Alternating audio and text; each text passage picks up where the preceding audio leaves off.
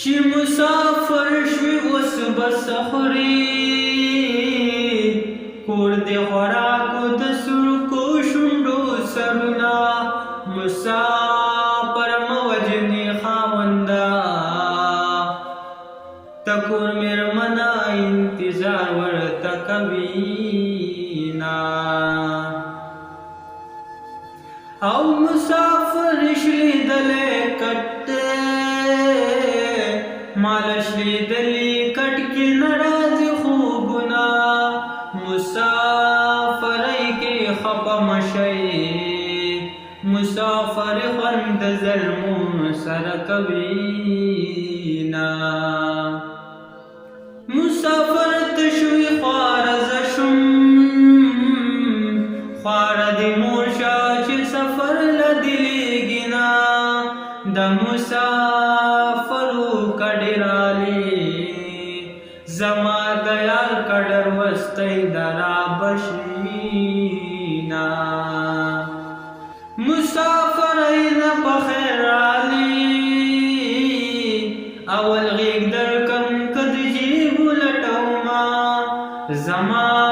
جانانه مسافره وطن ته راشه ماشومان دې یادوینه او وطن د سرو ګلونو باغ دی د مسافرو پکې نشته نصیبونه د مسافرو ژوند قدم دی مخې وطن ته کوي چې سای وخیږي او وطن زمانه پاتې کېږي لکه مرغۍ په ډکو شپې ورته کومه سبا د نور سیره نیټه ده لارې کوڅې به درته خوشې کړم میینه مسافرۍ په بېغمۍ کړه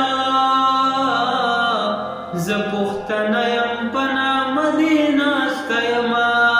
مخته مې مه ګوره کاپر شوي زه مسافر جانان په خدای سپارلی یمه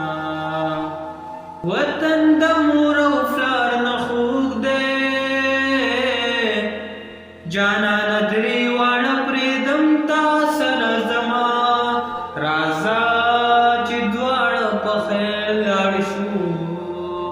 خیر بابا نکړو ځان به ملته واړوونه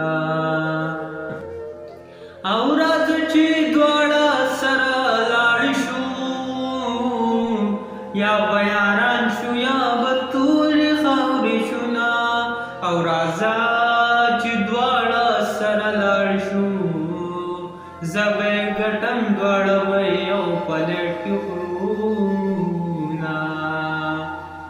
او چې ته راځې خال راته وایه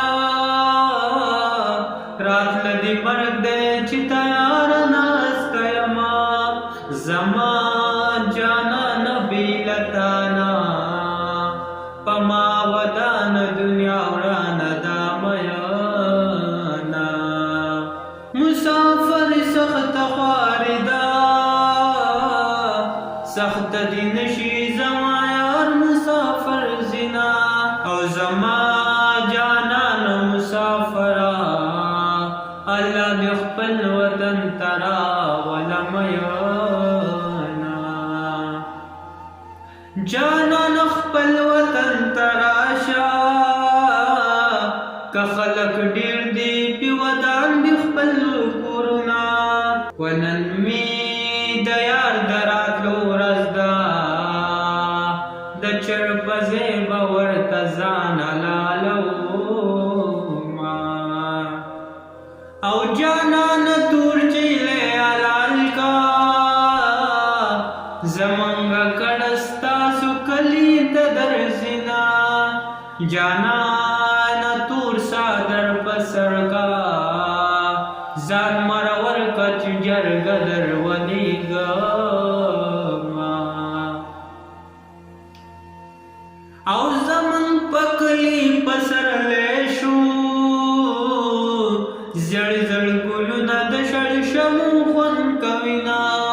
چې شو کولې تر ګل نشي نو بیا پردو باغچو ته منی سلاسو